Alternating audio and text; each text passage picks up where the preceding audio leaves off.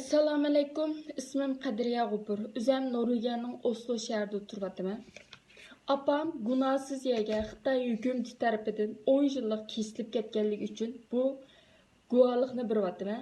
Apam Hajira Ro'zi.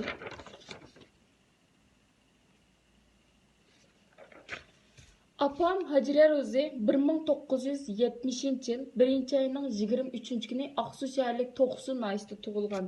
Kimlik nomeri 65 29 25 19 70 01 23 00 29. Bu pasport fotokopisi. Pasport nomeri E0920 14 05. Apam o'zi Aqsu shaharlik To'qsu nahisinin Madaniyat tantarbiya idorasida 20 yildan ortiq buxgalterlik xizmati bilan shug'ullandi.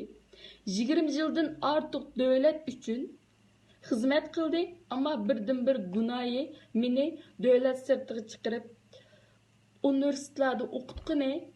Birisi o'zi 2015 yil 5-oyda Istanbulga mening qeshimga bir oy ziyoratga kelib, qeshimni tug'anlik sababdan 2017 yil 6-oyda Xitoy hukumati tarafidan jazo lageriga oldi.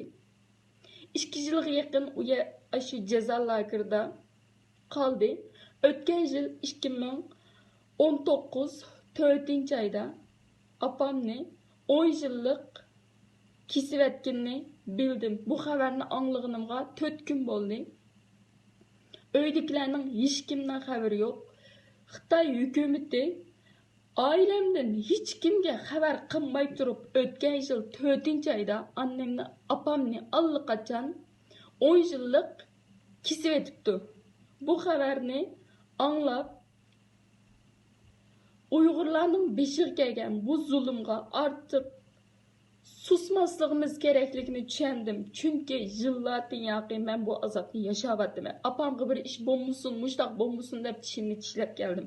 Ammo qo'rqadigan yerdan allaqachon o'tib ketganimizni kechikkan bo'lsammi his qildim. Xalqarалық jamiyatninki, butun dunyo xalqininki bu zulmga qarab turmasligini umid qilaman. Xitoy hukumatininki annemni shartsiz qo'yib berishini talab qilaman.